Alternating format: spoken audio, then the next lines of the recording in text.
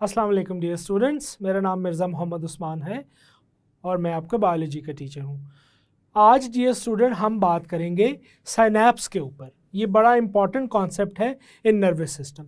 तो आइए white board पे इसको डिस्कस करते हैं। तो डियर स्टूडेंट, जैसा कि आपने देखा कि लास्ट लेक्चर में हम लोगों ने डिस्कस किया कि ये जो नर्व इम्पल्स है बेसिकली इसकी नेचर क्या है, फिर ये शुरू कैसे होती है और फिर ये एक जगह से दूसरी जगह पे एक ही एक्सॉन के अंदर एक पॉइंट से दूसरे पॉइंट पे ट्रांसमिट कैसे होती है। अब डियर स्टूडेंट, यहाँ पे ये सवाल आता है कि एक एक्सॉन के अंदर तो हमने इसकी ट्रांसमिशन देख ली, लेकिन आखिर ये इंफॉर्मेशन एक न्यूरॉन से दूसरे न्यूरॉन में कैसे ट्रांसफ़र होती है। जैसे अगर आपको रिफ्लेक्स आर्क याद हो तो उसमें हमने कहा था कि जो सेंसरी न्यूरॉन है ये बाइंड करता है या जाके मिलता है इंटरमीडिएट न्यूरॉन के साथ, और फिर जो इंटरमीडिएट न्यूरॉन है ये मिलता है जाके मोटर न्यूरॉन के साथ। तो आखिर यहाँ सवाल ये आता है कि जो सेंसरी न्यूरॉन है वो अपनी इंफॉर्मेशन जो नर्व इम्पल्स है वो इंटरमीडिएट को कैसे कन्वे करता है या देता है, और फिर इंटरमीडिएट न्यूरॉन मोटर न्यूरॉन को कैसे ये इम्पल्स ट्रांसफ़र करता है। तो सादा लफ्ज़ों में हम इसमें इंटर न्यूरोनल कम्युनिकेशन जो है उसको डिटेल में देखेंगे। तो आज हम बात करेंगे बेसिकली साइनेप्सिस की। जैसे कि आप इस पिक्चर में देख सकते हैं कि ये एक न्यूरॉन का एंड है जबकि ये दूसरे न्यूरॉन का एंड है।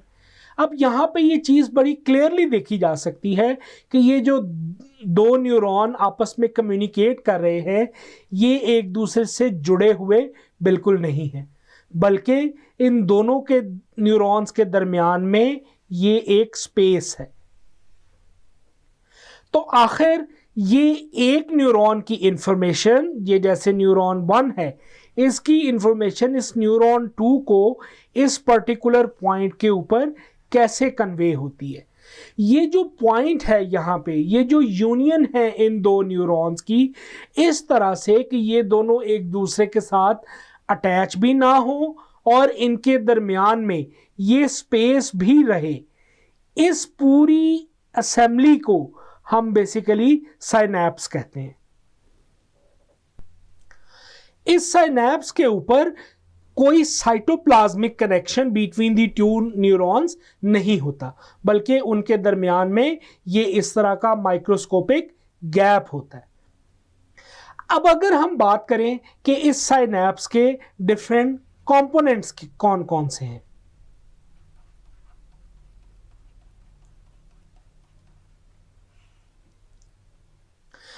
तो डियर स्टूडेंट, सबसे पहले ये एक न्यूरॉन है जिसे हमने न्यूरॉन 1 कह दिया, फिर ये सेकंड न्यूरॉन है जिसको हमने न्यूरॉन 2 कह दिया, और यहाँ पे ये इस मिल रहे हैं इस साइनैप्स के ऊपर, ये इन्होंने साइनैप्स बनाया हुआ है। अब इसके डिफरेंट हम कंपोनेंट देखते हैं यहाँ पे इस साइनैप्स के कौन कौन से कंपोनेंट हैं। सबसे पहले तो डियर स्टूडेंट, ये न्यूरॉन 1 की ये वाली मेम्ब्रेन,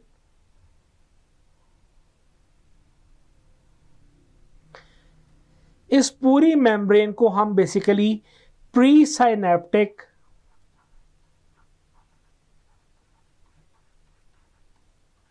मेम्ब्रेन कहेंगे। ये जो नॉब लाइक स्ट्रक्चर बन रहा है, पहले तो ये याद रखें कि यहाँ पे ये जो नॉब लाइक स्ट्रक्चर है ये भी और ये भी, इसको बेसिकली साइनेप्टिक नॉब कहा जाता है।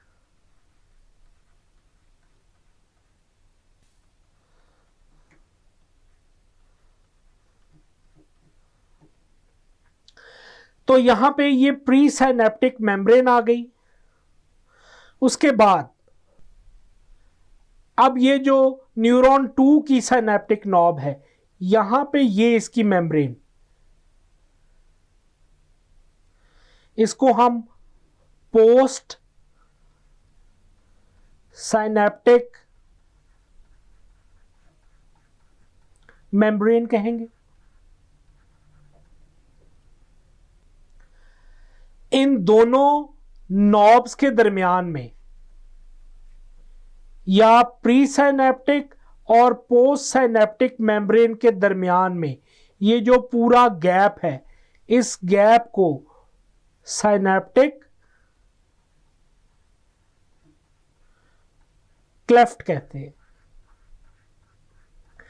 Synaptic cleft is the space between two synaptic knob. ये बेसिकली एक माइक्रोस्कोपिक स्पेस होती है और इसकी विड्थ जो है वो अप्रॉक्सीमेटली 20 नैनोमीटर के करीब करीब होती है, 20 नैनोमीटर्स।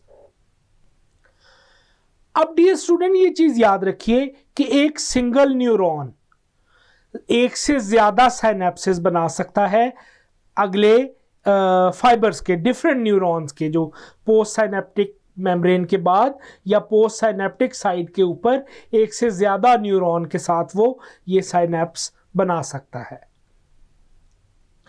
यहां पे एक और बात भी काबिल जिक्र है कि जो एक नर्व इंपल्स होती है वो एक न्यूरॉन से दूसरे न्यूरॉन तक अक्रॉस दी साइनेप्टिक क्लेफ्ट वो ट्रांसफर होती है, लेकिन जो एक सिंगल इंपल्स है वो जरूरी नहीं कि इस साइनेप्स को ट्रांसफर करे या इसके अक्रॉस ट्रेवल करे।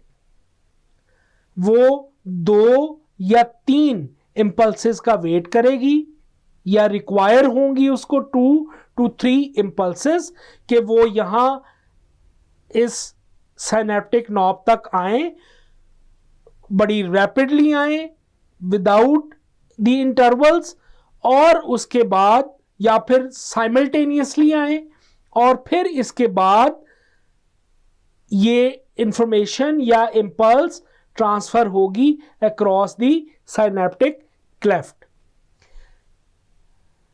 या एक दूसरा मैकेनिज्म ये हो सकता है कि 2 या 2 से ज्यादा जो फाइबर्स हैं, जो नर्व फाइबर्स हैं, वो अपनी इंपल्सेस एक ही टाइम के ऊपर लेके आए और फिर वो आगे across this cleft post synaptic region में जो न्यूरॉन्स हैं उन तक वो ट्रांसफर हो। अब ये जो एक्शन पोटेंशियल यहां पे आ रहा है, बेसिकली ये नर्व, हमने पहले कहा कि ये जो नर्व इंपल्स है this is basically A transfer of potential, action potential. अब ये ट्रांसफर कैसे होती है यहां प्री साइनेप्टिक रीजन से यहां पोस्ट साइनेप्टिक रीजन तक? एक चीज याद रखिए कि ये यहां से जंप या स्विम नहीं करती इसमें से, बल्कि ये एक पूरा मैकेनिज्म है जिसके थ्रू ये जो मैसेज है ये क्रॉस दी साइनेप्स ट्रांसमिट किया जाता है। और ये जो मैसेज है ये in the form of chemicals होता है, केमिकल मैसेंजर्स होता है।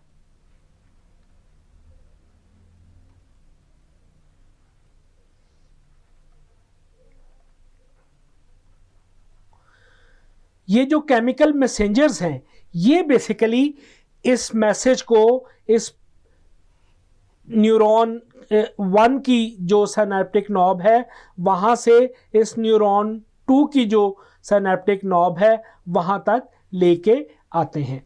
इन केमिकल मैसेंजर्स को हम neuro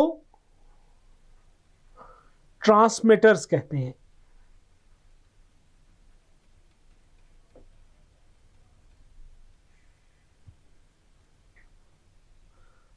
so in simple words, neurotransmitters वो केमिकल मैसेंजर हैं जो कि अक्रॉस दी सिनेप्स इंफॉर्मेशन को ट्रांसफर करते हैं।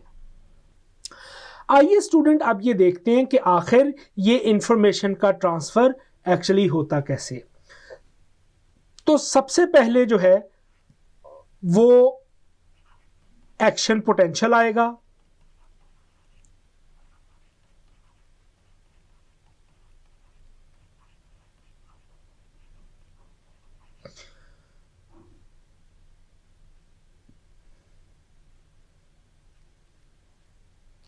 ये वही चार्जेस का डिफरेंस है। इसके रिजल्ट में क्या होगा, ये एक्शन पोटेंशियल बेसिकली स्टिमुलेट करेगा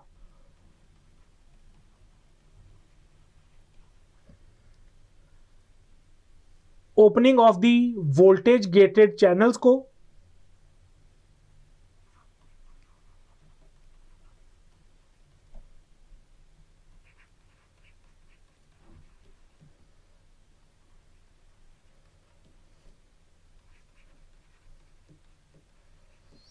और ये वोल्टेज गेटेड चैनल्स किन के लिए हैं?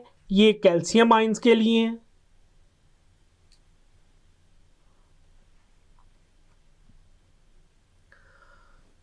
जो कि अल्टीमेटली फिर डिफ्यूज हो जाएंगे into the cytoplasm at the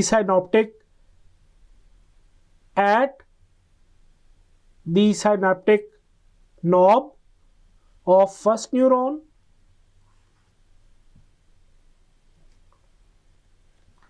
फिर ये जो कैल्शियम आयंस हैं जो कि यहां ट्रांसफर हुए हैं, ये बेसिकली मूव करवाएंगे वेसिकल्स को, जिनके अंदर न्यूरोट्रांसमीटर है। ये न्यूरोट्रांसमीटर फिल्ड वेसिकल्स हैं। यहां पे हम जो न्यूरोट्रांसमीटर एग्जाम्पल के तौर पे लेते हैं, दैट इज एसिटाइलकोलिन।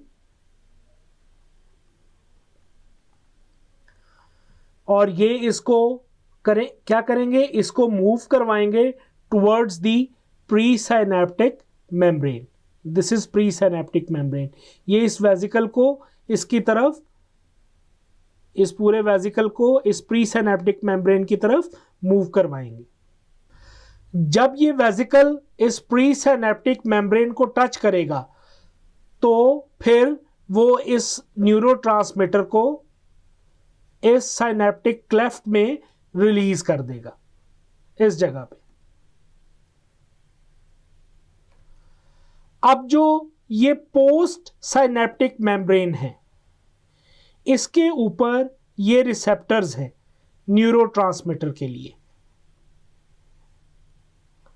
तो ये जो न्यूरोट्रांसमीटर यहां पे रिलीज हुआ था, ये अब अपने रिसेप्टर के साथ आके बाइंड करना शुरू हो जाएगा at the post synaptic membrane. ये फिर क्या करेंगे? जब ये बाइंडिंग हो जाएगी तो ये ओपन करेंगे सोडियम आयन चैनल्स को।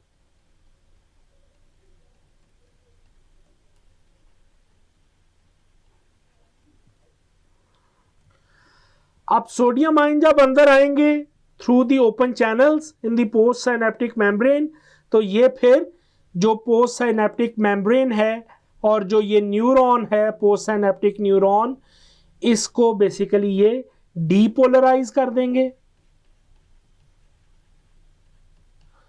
और इसके बाद वो आगे ये सिग्नल ट्रांसमिट हो जाएगा। तो ये बेसिकली एक समरी है कि जब एक सिग्नल जो कि नर्व इम्पल्स है वो प्री साइनेप्टिक मेम्ब्रेन पे आता है, तो कैसे वो ट्रांसफर होता है इनटू दी साइनेप्टिक क्लेफ्ट, और फिर वहां से वो कैसे पोस्ट साइनेप्टिक न्यूरॉन तक ये सिग्नल ट्रांसफर होता है। डियर स्टूडेंट, यहां पे एक चीज याद रखिएगा कि ये जो न्यूरोट्रांसमीटर्स हैं ये बहुत सी टाइप्स के हैं। मोर देन 40 टाइप्स के जो न्यूरोट्रांसमीटर्स हैं वो होते हैं बॉडी में अंदर।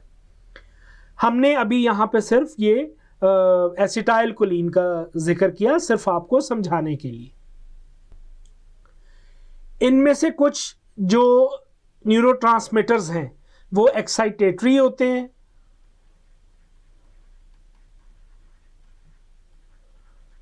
और कुछ इनमें इनहिबिटरी न्यूरोट्रांसमीटर्स होते हैं।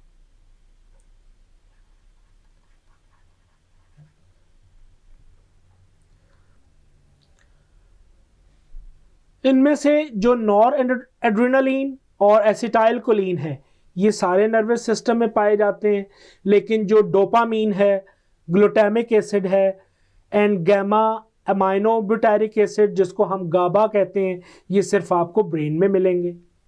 डियर स्टूडेंट्स, अब हम ये डिस्कस करेंगे कि इस सिनैप्स की जो डिफरेंट अपनी प्रॉपर्टीज क्या क्या हैं। इनमें से जो नंबर 1 प्रॉपर्टी है सिनैप्स की, दैट इज कि जो सिनैप्सेस हैं दे इंश्योर वन वे ट्रांसमिशन, और ये ट्रांसमिशन ऑफ इंपल्स की बात हो रही है।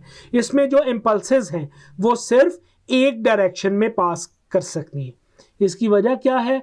क्योंकि जो न्यूरोट्रांसमीटर रिलीज होता है इस सिनैप्टिक क्लेफ्ट में, उसके जो रिसेप्टर्स हैं वो हमेशा दूसरी साइड के जो पोस्ट सिनैप्टिक न्यूरॉन है उनकी जो ये साइट जो इस सिनैप्टिक क्लेफ्ट को फेस कर रही होती है उसके ऊपर लोकेटेड होती है। पहले वाली जो मेम्ब्रेन होती है जिस तरफ से वो रिलीज का हो रहा होता है उस साइड के ऊपर उसके रिसेप्टर्स नहीं होते, इसलिए ये हमेशा वन वे ट्रांसमिशन होगी इम्पल्स की। फिर नंबर 2, ये जो सिनैप्सेस हैं ये इंटीग्रेशन ऑफ द इम्पल्सेस का काम करते हैं, ये अलाउ करते हैं integration of the nerve impulses.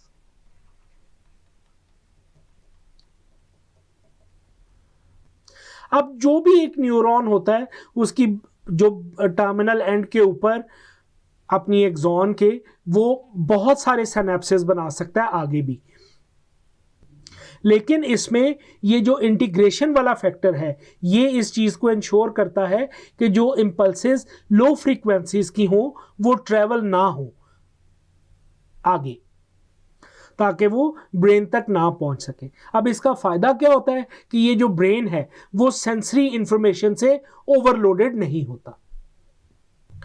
तीसरा इंपॉर्टेंट इसका जो एक फंक्शन कह लें या एक इसकी प्रॉपर्टी है, दैट इज कि ये जो सिनैप्सेस है दे अलाउ इंटरकनेक्शन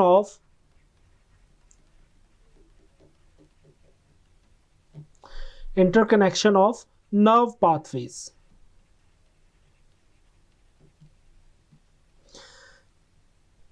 हमने जैसे बताया कि सिनैप्सेस पे जो न्यूरॉन्स हैं वो एक से ज्यादा आगे न्यूरॉन के साथ अपने कनेक्शंस को बना सकते हैं। तो ये बेसिकली एक डिटेल्ड ओवरव्यू है सिनैप्सेस का। तो इसमें से जो क्वेश्चन यूजुअली आते हैं वो एक तो डायरेक्ट ये एग्जामिनर पूछ सकते हैं कि व्हाट इज ए सिनैप्स, तो उसमें आप ये बताएंगे कि बेसिकली ये एक न्यूरॉन टू न्यूरॉन कम्युनिकेशन है जिसमें कोई साइटोप्लाज्मिक कनेक्शन नहीं होता बल्कि उनके दरमियान में एक क्लेफ्ट होती है और यहाँ पे न्यूरोट्रांसमीटर के थ्रू एक न्यूरॉन की इंफॉर्मेशन या इम्पल्स दूसरे न्यूरॉन को ट्रांसफ़र की जाती है। फिर एग्जामिनर ये भी यहाँ पे पूछ सकते हैं कि what are the components of a synapse, तो उसमें आप सबसे पहले तो बताएंगे कि एक प्री साइनैप्टिक न्यूरॉन होता है, फिर एक पोस्ट साइनैप्टिक न्यूरॉन होता है। प्री साइनैप्टिक न्यूरॉन में ये जो एक नॉब लाइक स्ट्रक्चर बनता है इसको हम बेसिकली साइनैप्टिक नॉब कहते हैं और इसको हम synaptic knob of pre synaptic neuron कहेंगे, इसको हम synaptic knob of post synaptic neuron कहेंगे।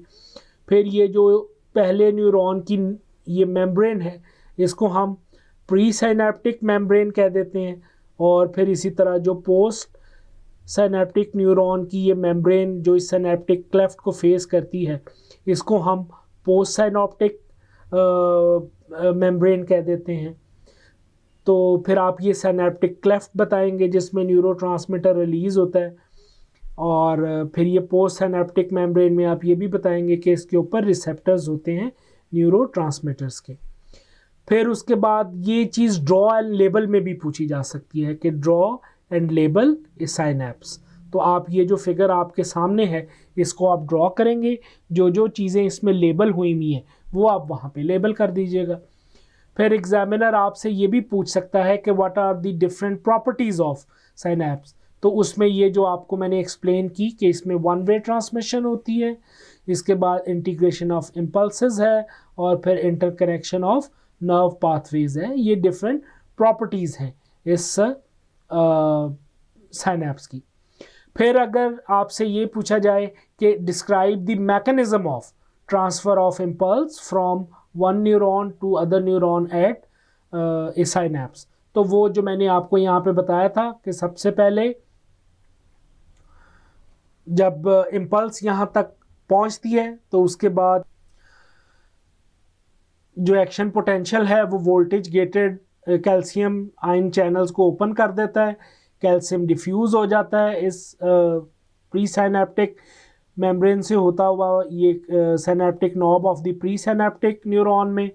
वहाँ जाके वो इन जो वेसिकल्स जिनमें न्यूरोट्रांसमीटर्स है इनको वो मूव करवाता है कि वो फ्यूज़ हों प्री साइनेप्टिक मेम्ब्रेन के साथ, और फिर इस फ्यूजन के बाद न्यूरोट्रांसमीटर यहाँ पे रिलीज़ होगा पोस्ट साइनेप्टिक मेम्ब्रेन के ऊपर। ये रिसेप्टर्स हैं उसके साथ वो बाइंड करेगा, सोडियम जो आयन के चैनल्स हैं वो ओपन होंगे, सोडियम भी अंदर आएगा और फिर आगे वो इस मेम्ब्रेन की या इस न्यूरॉन की यहाँ पे डीपोलराइजेशन स्टार्ट करेगा और इस तरह से एक इम्पल्स आगे से जनरेट होती हुई मूव करेगी। और इस तरह से हम कह सकते हैं कि एक न्यूरॉन में आने वाला जो इम्पल्स या मैसेज अगले न्यूरॉन को ट्रांसफ़र होगी। तो ये एक कंप्लीट मैकेनिज़्म है इस इंफॉर्मेशन ट्रांसफ़र का। डियर स्टूडेंट, आपने साइनैप्स के टॉपिक को बड़े अच्छे तरीके से समझा होगा। इसके जो डिफरेंट एनाटॉमिकल और फंक्शनल एस्पेक्ट्स हैं उनको भी अच्छे तरीके से ज़हन नशीन किया होगा। अब इस टॉपिक को एक दफ़ा बुक से भी पढ़िएगा और मुझे अगले टॉपिक तक के लिए इजाज़त दें। तब तक के लिए अल्लाह हाफ़िज़।